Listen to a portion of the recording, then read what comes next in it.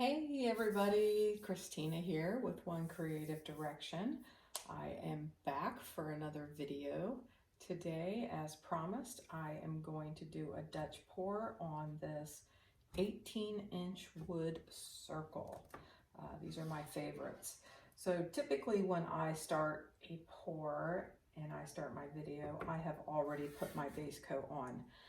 But today I wanted to share a few tips with you before I get started. So this video may be a little longer than I like to have my videos, just for that reason, for me to be able to share a few things with me. So I've shared these on another video, but I wanted to make sure you guys see these tips. So for those of you who may have missed the tips on some of my other videos. Usually on my videos, I share at least one hack, tip, whatever you want to call it, that I feel is valuable for paint pouring. So one of the tips that I shared before, for those of you who pour on wood surfaces, I have found the best thing to coat the back of it with is contact paper. I see a lot of people trying to put like painter's tape and trying to cover it and cut. Honestly, I have templates for all of my size circles, and I just cut a circle and slap a piece of contact paper on it. It stays beautifully. I don't know if I have any that are painted on. I do. So this is a bloom that I did, and you can see the contact paper is still intact. If I peeled this off, you'll see. And I'm not ready to peel it off yet because I haven't top coated it yet. So typically after I top coat it, I will do a light, basically not really sand, but I'll take and scrape any sharp edges off the sides here. And I will paint the back white or black depending on, you know, what base coat I used. And then it'll be done. But these are so easy. It keeps them clean. The paint doesn't get underneath it. It's easy on, easy off, and cheap, because you can get a roll of this at the dollar store or just about anywhere for a really good price. So tip number one, and if you missed this tip on another video, I shared these as well. I know there's a few people using some type of levelers that are kind of expensive, and I just bought a couple of pieces of PVC at Menards. These, and I put a male and a female together, marked them up and down, basically just screw them up or down to level my canvas or my wood round. And you can see, and I already did this before I started the camera, so you wouldn't have to wait for me to level it. It's already level. So I level it this way, I level it this way, and you basically just make an adjustment this way, you know, however you need to make sure that it's level. And I've already, like I said, already leveled them. And then I try to level it, you know, at the diagonal as well if I'm on a wood round. Or a canvas. So it's level in all four directions. So I wanted to share that with you as well. And as promised in my previous video today for mixing, and if you missed that, I will link that in the description box, because I know a lot of people were struggling with paint consistencies on the Dutch pours. And I have had a lot of people ask about hairdryer. That was one of the tips I gave in my video earlier was, you know, you have to make sure that you're using your hairdryer properly, whether it's, you know, the right nozzle, the right speed, all those things. So I will share with you, you know, one of the first mistakes I made was, this was the only hairdryer that I had when I first started. It's just this tiny little hairdryer. I don't even know where I got it, or I don't have my glasses on, so I can't even read how many watts it is. But it has this tiny little nozzle, and I struggled bad to do a Dutch pour. And it honestly, it has two speeds, and high, that's high. It's not very high. And in order for it to be on cool, you literally have to hold it. So I was constantly, like, my finger would come off of it and I wouldn't know it. So it was on heat. And that's something that you don't want, is to be doing a Dutch pour with heat. You need to be on cool setting. So because I am frugal, I found this hair dryer at Goodwill.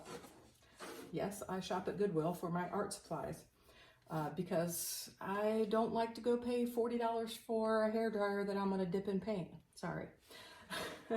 So anyway, I got this at Goodwill for $1.99, and my daughter, that usually when you see them at Goodwill, they don't have the nozzles with them. That's probably why people are giving them away, because they don't use them and they've lost all the accessories.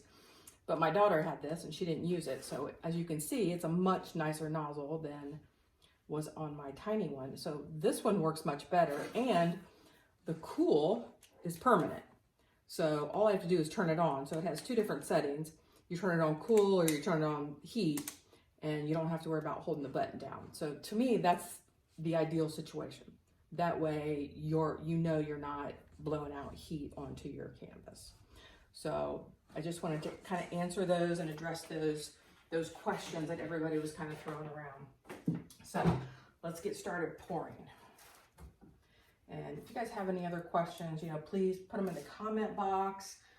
Feel free to send me an email. I always put my email in the description box as well. Yeah, so I mentioned that I was going to share another tip as to how to make sure that you don't get muddy paint. So the angle at which you point your hairdryer is one reason that you get muddy paint. The second tip is ensuring that you don't have too much paint on your canvas, which will also create, cracking if you leave too much paint on. So I shared this in another video, and quite honestly, I don't know how I lived without it before I discovered it. And don't ask me why. I'm an engineer, so my mind it never stops. So this is a back scratcher. I know, it's kind of crazy, but this is how I spread my paint. And ever since I started using this, it's like the foolproof method to ensure that you have just the right amount of paint. And the bonus is, as you're spreading your paint, it picks up like all those goobers from your Floetrol or from your paint or from anything else. It picks that up as you're spreading it. So, I mean, to me, it's a win-win. So to me, that's like a priceless tip. So honestly, I can't remember where I got this. I've seen them a dozen places. I think I paid like $2 or $3 for it. So it's well worth it. I'm thinking like a wide tooth comb would work or something like that. But to me, this is easier because, it's got the telescoping pole and you can do like large canvases with it. So yeah, so that's my big tip of the day. So anyway, on to my pour. So my point for my plan for today is to do a split on this canvas. And as I mentioned on my previous video earlier today, where I was mixing my paints, a couple people had asked, what do you guys do when you scrape, a bad pour? Well, this is from a couple of previous bad pours. I scraped it and it made this pretty kind of purpley blue color. So I'm going to use it. That's going to be the top half. And everybody cross your fingers and hope this works out. I think there's going to be some goobers in here, which is going to make me happy that I have my little back scratcher to find them all. Then on the bottom part of this, I have a really dark purple that I made. And if you missed my previous video, I use Artist Loft Flow paints typically for my base color. And obviously, to get the purple, I mixed the Artist Loft Red with the Artist Loft Blue. So as I mentioned, I'll just link that earlier video back down in the description so y'all can go back and watch that if you missed it. I just posted that earlier today. It was a real quick video. just on, you know, my recipe. And quite honestly, I can't take credit for the recipe. I got it from Canella, and I don't know if it's, you know, originated with her. I know that it's the recipe that she uses, and it's worked great for me since I started doing Dutch pours. So to me, it's kind of, you know, as foolproof as this tool here. And honestly, I haven't really noticed that there's any need to adjust it tremendously for any different types of paints. I don't use like the I forget what they call them, the liquids, like the golden, the liquid colors. I don't use those, and I haven't used any pigments in any Dutch pours, so I don't know how it would work with that, but it works beautifully with every, and I've got something in there, so hopefully that got it. But it works beautifully with every type of craft paint, tube paint that I've used. So yeah. Now, the challenge is, I'm gonna have to go wash it off real quick so I can do my purple. I think I need just a tad more, because I just want the very, very bottom to be the dark purple. I want basically the majority of it to be this lighter purpley blue. So hopefully that's symmetrical. And I need to make sure that my sides are good before I go wash this off. Okay, that looks good. Make sure that looks good on the side. I'm not too awful worried about the transition portion, because that's where all the colors are gonna go. Real quick, I'm gonna wash this off. Only take a sec.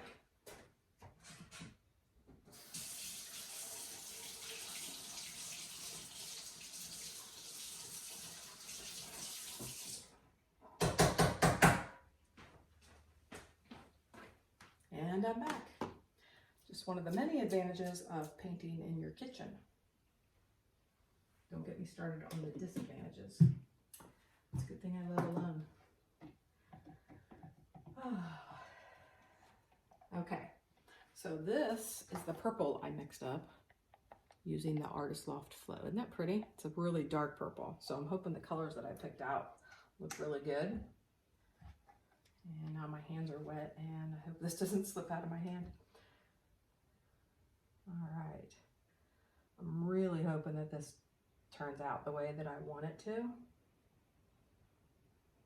You know, you get that vision in your head of how you want something to look. Whoop, whoop, whoop, whoop, whoop, whoop, whoop, whoop, whoop. We don't want that to do that. Okay. That went a little further than I wanted it to go. Okay. Anyway, as I was saying, you get a vision of, you know, how you want something to look. You don't want to be disappointed, right? Okay.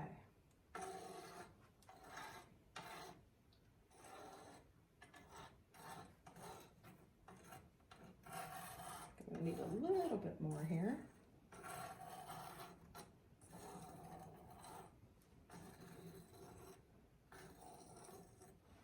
So I hope my earlier video was able to help a few people. I really hate to see people struggle, because I mean, I've gotten so much enjoyment out of painting.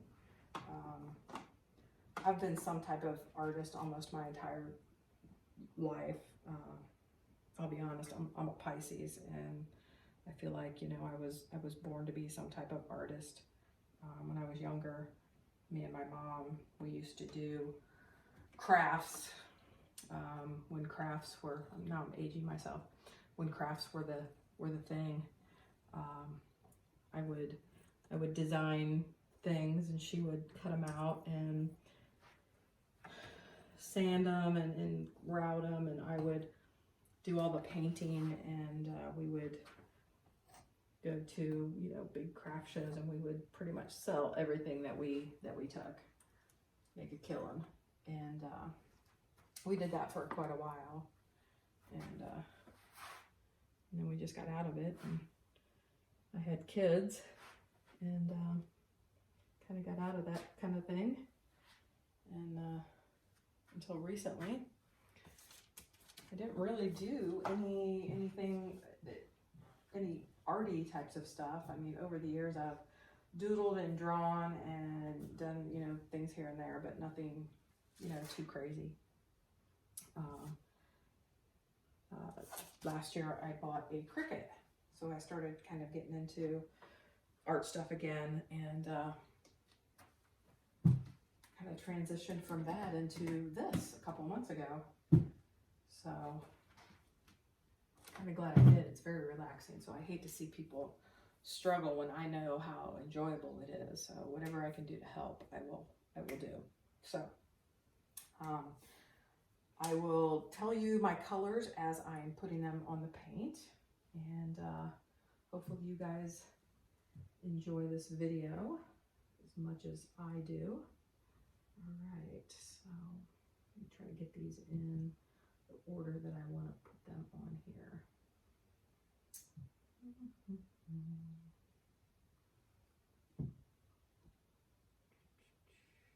Don't want that one last. Do that one. Okay. Hopefully these colors work out. It's kind of challenging when you have a dark color and a light color. So my first color is Art Mind's Metallic Warm Purple. You see how big I have to write them on the bottle so my old eyes can read them. That's the challenge when you get old. You have to be able to read small print. And this one is DecoArt Rose Quartz Extreme Sheen. Hopefully this comes out in the, after I blow it out. I think yeah. This one is mystery because I apparently didn't write on the bottle, but I'm pretty sure this one is Pebeo Irridescent something or other. I think it's like purple violet or something to that effect.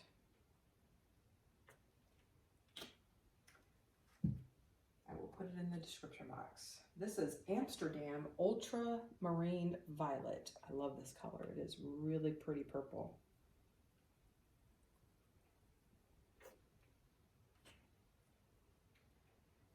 And this one is Pebeo Irridescent Green Blue. If you guys don't have Pebeo colors, I'll tell you what, I don't know how I did without these. These are beautiful colors. Everything I've used them on so far, I just absolutely love.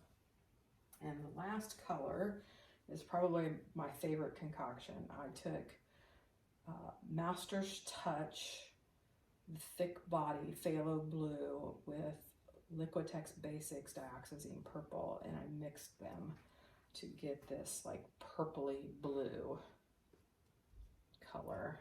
I'll wipe that off a little bit. Okay.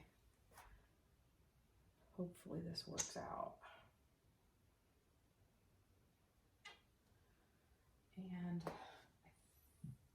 think I might put a little bit more of this white on the top. Don't ask me why. Just a tad. Okay. Fingers crossed, everybody. Fingers crossed. There we go. Now usually blow this on high. Let me wipe this off real quick before we get started. I want to run over to the sink, but there's not that much on. I can just wipe it off. Okay.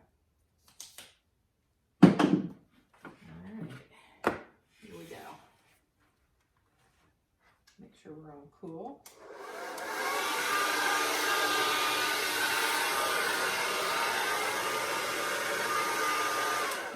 I forgot. I need to torch this real quick. Just in case. I did shake these up a little bit. I don't see a ton of air bubbles, but just in case. I hate air bubbles. And that's another good thing about using that that back scratcher. It also really cuts down on how many air bubbles you get before you blow. So honestly, I didn't see any air bubbles before I torched. I really didn't need to do that, but just in case.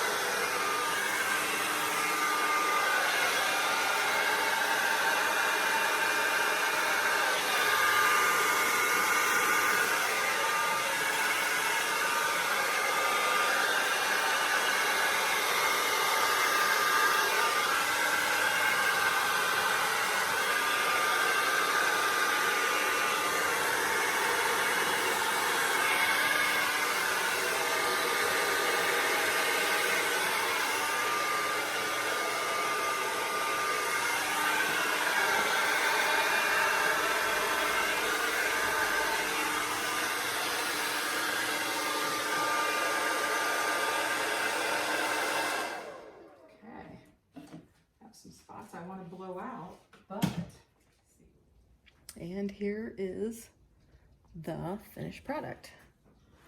Hopefully that didn't make you dizzy. I'm not sure how well it's coming through. This is like the hardest part of the video, but wow, isn't it pretty? Oh, I'm so sorry, you guys. It's so pretty. It's hard to do this without, I mean, there's a shadow and then you're trying to fight not dropping the camera, but I really, really like how it turned out. I'm like super thrilled with it. It's so pretty. Oh my. I really, really like the colors. Please tell me what you guys think in the comments. Thanks.